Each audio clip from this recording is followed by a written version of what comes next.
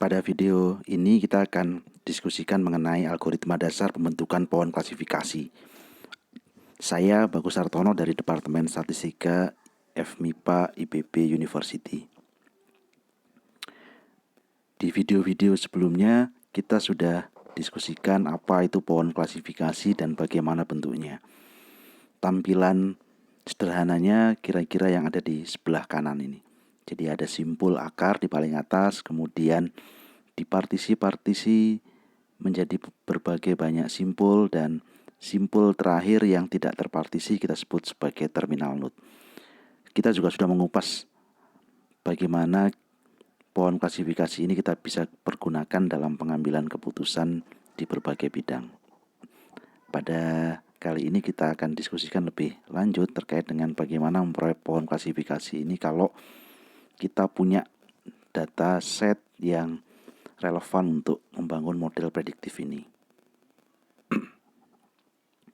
Tahapan umum dari proses partisi atau penyekatan dalam pohon klasifikasi yang tadi diawali dengan simpul akar di paling atas, itu adalah yang pertama kita cari batas partisi atau batas penyekatan terbaik untuk masing-masing variabel prediktor. Jadi kalau kita punya 50 variabel prediktor misalnya, maka pada tahap 1 ini akan dilakukan sebanyak 50 kali untuk variabel pertama, kedua, dan seterusnya sampai variabel yang ke-50. Di setiap variabel mendapatkan partisi atau sekatan terbaik, itu kita gunakan information gain. Anda yang tertarik untuk mendapatkan informasi apa itu information gain, silakan melihat video yang lain dari channel ini. Kemudian setelah kita mendapatkan partisi-partisi yang terbaik di masing-masing variabel prediktor, pada tahap kedua kita bandingkan. Dari yang terbaik-terbaik tadi kita bandingkan mana yang paling baik.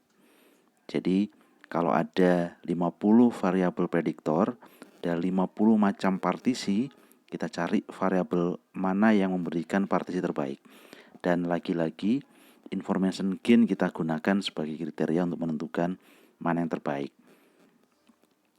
Kemudian setelah kita dapatkan mana yang paling baik, maka proses partisi kita kerjakan berdasarkan aturan yang kita dapatkan tadi. Jadi root node misalkan kita pecah jadi 2, dan aturan yang kita pakai adalah aturan yang memberikan information gain paling besar yang sudah kita identifikasi pada tahap 2. Kalau itu sudah dilakukan, maka kita akan dapatkan 2 simpul baru. Dan proses 1, 2, 3 ini kemudian kita lakukan untuk masing-masing simpul baru yang kita dapatkan. Algoritma ini 1, 2, 3, 4 ini terus dilakukan sampai tercapai kriteria penghentian algoritma. Apa saja yang menyebabkan algoritma berhenti? Ini kira-kira beberapa hal, tentu saja ada beberapa hal yang lain, tapi ini yang utama. Yang pertama adalah kalau semua amatan yang ada pada suatu simpul itu hanya terdiri atas satu kelas saja, semuanya iya atau semuanya tidak. Kalau sudah seperti itu, sudah tidak ada lagi proses partisi karena sudah cuma satu macam saja, sehingga tidak ada lagi proses lanjutannya. Atau mungkin masih ada 2 kelas tapi prediktornya sama semua. Jadi misalnya usianya semuanya sama, 20 tahun, pekerjaannya semuanya sama, jenis kelaminnya semuanya sama. Pada saat itu sudah tidak mungkin lagi kita partisi. Yang ketiga itu adalah alasan bahwa simpulnya sudah terlalu kecil untuk kita partisi. Jadi ukuran dari simpul sudah sangat sedikit amatannya. Kalau Anda menggunakan fungsi rpart di R misalnya, maka opsi yang bisa diatur adalah opsi yang namanya min split atau min bucket. Jadi kalau sudah kecil, kurang dari nilai tertentu, sudah tidak di split lagi, sudah tidak kita lanjutkan lagi proses partisinya. Atau ada juga orang yang melakukan penghentian ketika pohon yang dihasilkan sudah terlalu besar. Jadi pohonnya sudah, cabangnya sudah banyak sekali, sehingga modelnya menjadi sangat rumit. Nah, pada saat itu ada juga orang yang melakukan penghentian. Di fungsi rpart Ini bisa kita kontrol dengan menentukan max depth. Jadi berapa banyak level ke bawah yang akan kita bangun untuk membuat model. Jadi ini beberapa aturan penghentian proses partisi atau splitting. Sebagai ilustrasi sederhana, perhatikan 10 amatan ini di data training, misalnya data set kita, dengan ada 2 prediktor yaitu pendidikan dan usia. Sementara membeli ya atau tidak itu adalah variabel respon yang akan menjadi target dari pohon klasifikasi ini. Yang akan kita kerjakan adalah tahap 1, yaitu mencari partisi terbaik, dan ini kita lakukan 2 kali, di pendidikan dan di usia. Kalau kita lakukan terlebih dahulu di pendidikan, di tahap 1 mencari partisi yang terbaik untuk variabel pendidikan, kita lihat bahwa pendidikan itu ada 3 level dan ini bentuknya ordinal, rendah, sedang, dan tinggi. Sehingga kemungkinan partisinya itu ada 2. Yang pertama adalah rendah dibandingkan dengan sedang dan tinggi, atau yang kedua rendah dan sedang kita gabung jadi satu, kemudian dipisahkan dengan pendidikan tinggi. Dan kalau kita gunakan formula information gain, kita akan dapatkan untuk kemungkinan partisi yang pertama information gain-nya adalah 6/1000, sementara yang kedua information gain-nya adalah 20/1000. Partisi yang lebih baik adalah yang kedua karena punya information gain yang paling besar. Jadi ini di tahap 1 untuk variabel pendidikan. Masih di tahap 1 kita lanjutkan untuk mencari partisi yang terbaik, pemisahan atau partisi yang terbaik pada variabel usia.